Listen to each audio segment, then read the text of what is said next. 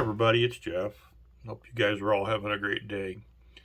We're up to part 8 already of the U.S. Army G7107 cargo truck, and this once again is take 2. I filmed it last night, and I guess I didn't learn my lesson the first time, but I did about a 30-minute video and the computer wouldn't upload it. So I've got to keep them a lot shorter, and I'm going to have to look into some other computer or something, I guess, if I'm going to make any longer videos. Once I upload it to my processing software, I've got no issues. I can, splice them all together and put transitions and everything in, and then when it processes it and downloads it, everything's cool. But just getting it from the phone into my Chromebook is a bottleneck. Anyway,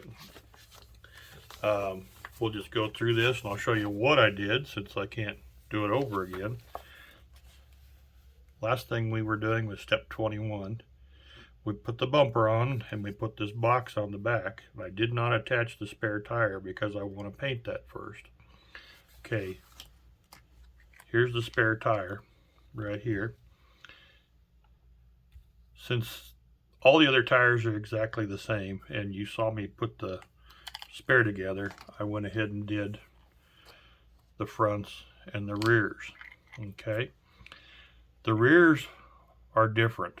You've got an inside and an outside, so you got to be real careful and watch.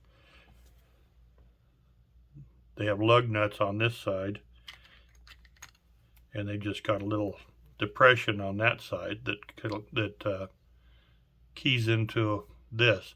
The reason this masking tape is here, I've been working on masks so I can paint all this. I'll show you what I'm doing with that in a minute, but these will go together like this, and that'll be your rear. So that'll glue to the brake drum, and then that'll be the front with the detail. In order to glue this, I don't want glue on the center or there. So I've got masks I've made up, kind of like this, to keep the paint off of them, because I don't want to have paint in between the glue joints, because that just makes a real mess, and the glue joint's not very strong. So there's my two fronts all put together and ready to go. That mask I put on there just to test the fit. That's not the final mask. And then here's all of our rears. Same thing here. I just put this on for a test. What I generally do when I'm doing a circle like this is I do it in halves. This tape is just a little more than half, so you can adjust it and get it just right, and then overlap the other side to give you a real nice finish. So we've actually got to do a mask on each side and a mask on each side. So we've got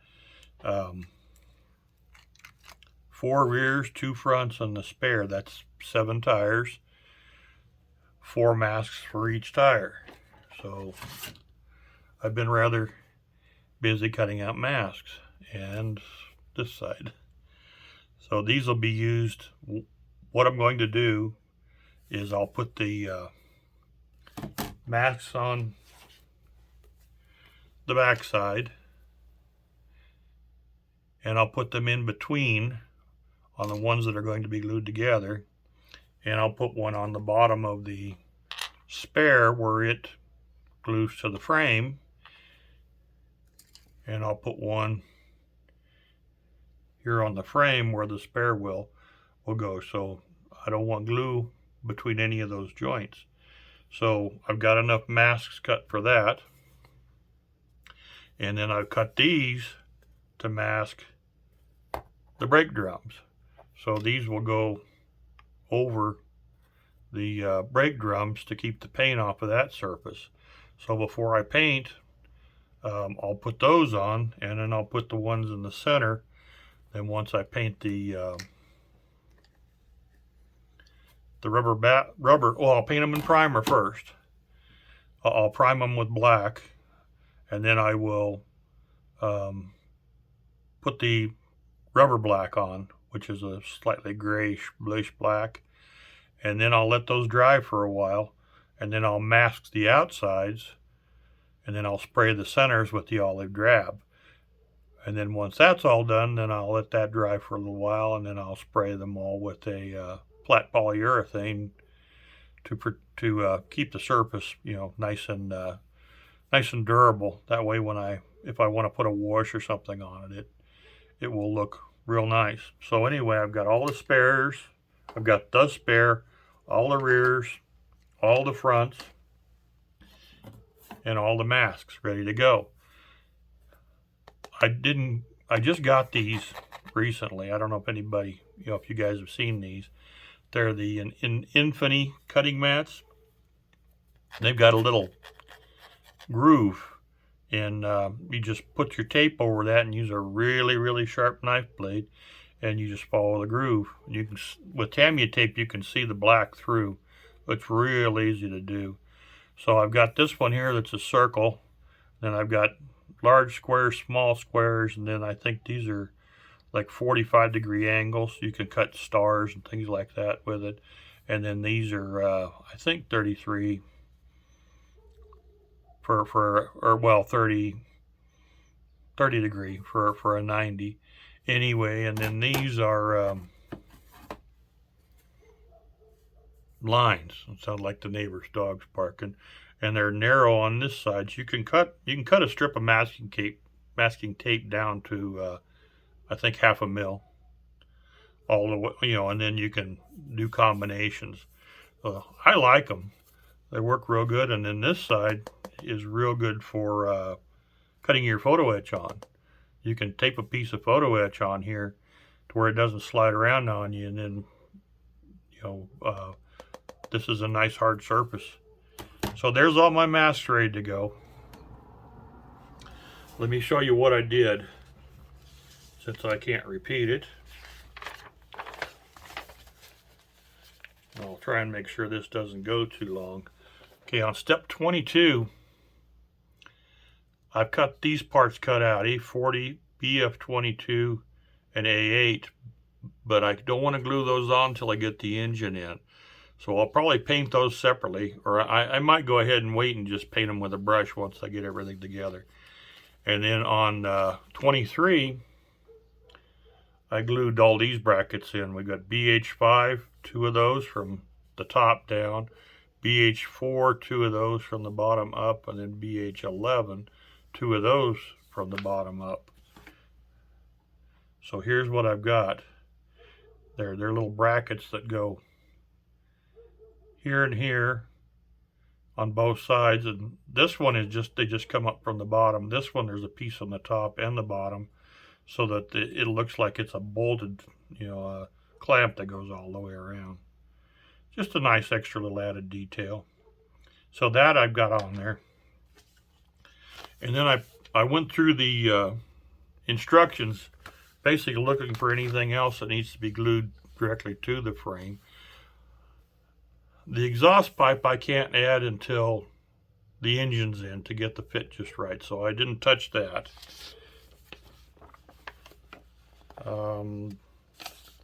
Here, there's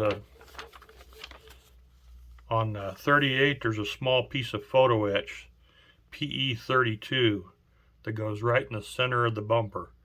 And I wanted to get that on there before I painted, so that it was all painted to match, so I got that put on. Okay, it's right there in the center. And then I also put the hooks on. It's lots better to glue that stuff on before you start painting. Let me go forward till I find that. And here we go. Clear up on step 49. We glue A12 and A13 on. So I need to mark those off. And there's my pen. Mark those off that they have been put on. So that's where we're at on that. I'm going to go ahead and take a quick cut just to make sure this file doesn't get too long, and I'm going to come back and talk about a couple other things. So I'll be right back. Thanks, guys. Okay, guys, I'm back. Just a couple other quick little things I wanted to show you. I bought a new tool. I think this is really cool. What this is a punch. Some of you probably have them. Maybe all of you have them. It's for making rivets. If you remember, I reviewed the armored car recently, and there was a call for an awful lot of rivets to be added to the vehicle, and I thought I'd try this just to see how it works, and it works fantastic. You got 0.6 mil all the way up to 3 mil, and there's little punches here that fit the holes. Okay, you take a piece of styrene stock, and you can see I've been playing with this one. You put this over the edge, and you just run the punch down through it, and it punches out your rivets.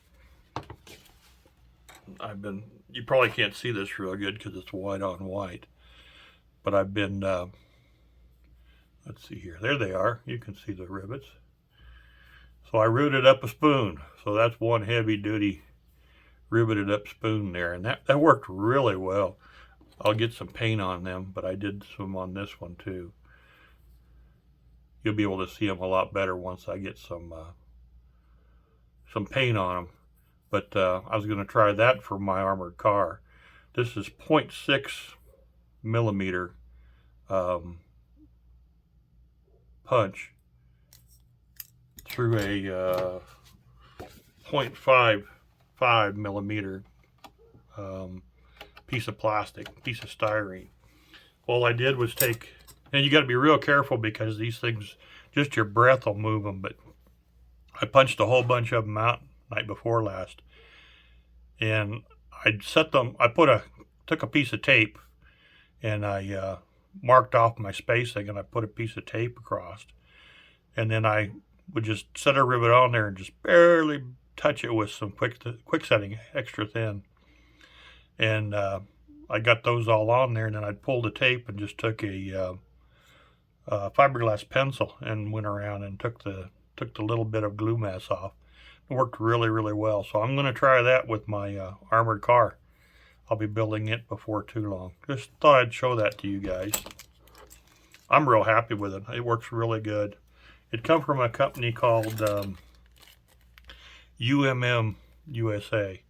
You can find their website if you're interested in getting one. And they have a whole bunch of other modeling tools that you might be interested in. So take a look if you get a chance. Another little thing, and let me grab it here. Don't want to drop it. Charlie Mack and Munchkin Modeling Man 72 every year host a eggplane build. And I've decided this is my first kind of year getting into it, so I decided I'd join in. So I bought this. I never built a Hasegawa kit before, but I think it's going to be a lot of fun. If possible, they ask you to try and paint it with the Ukraine colors. So I've got paint here, a yellow and a blue. I'm going to go ahead and paint it. So if you guys have an egg plane, or this one cost me like $9. If you'd be interested in joining in, the group build starts April 1st, runs for the month of April. So it's just kind of a fun thing for everybody to do, and there's going to be, I'm sure, quite a few people enter it. But if you want to go to Charlie Mack's or Daniel's channel at the Munchkin Modeling Man, they'll tell you all about it. So I'm going to be doing that as a little diversion, so I won't touch this kit till the 1st of April. But I'll be building this on the channel too, just for a little bit of fun. First plane I've built in a long, long time. So that'll be something fun to look forward to. I'm going to call that quits for right now, guys, and see if I can get this uploaded. Appreciate you watching. We did pass our 100 subscribers. I think I'm up to 104 today. I appreciate all the new subscribers signing in. I appreciate all the current subscribers. And don't forget, this kit that we're working on here came from the Ukraine. And you know, I just hope they can get back to work, and I hope everybody there is safe. I hope everybody in Ukraine. I know there's been a lot of deaths and things, but let's hope it's over soon, guys. Okay, you guys all have a great day, and I'll talk to you real soon. Okay, bye-bye.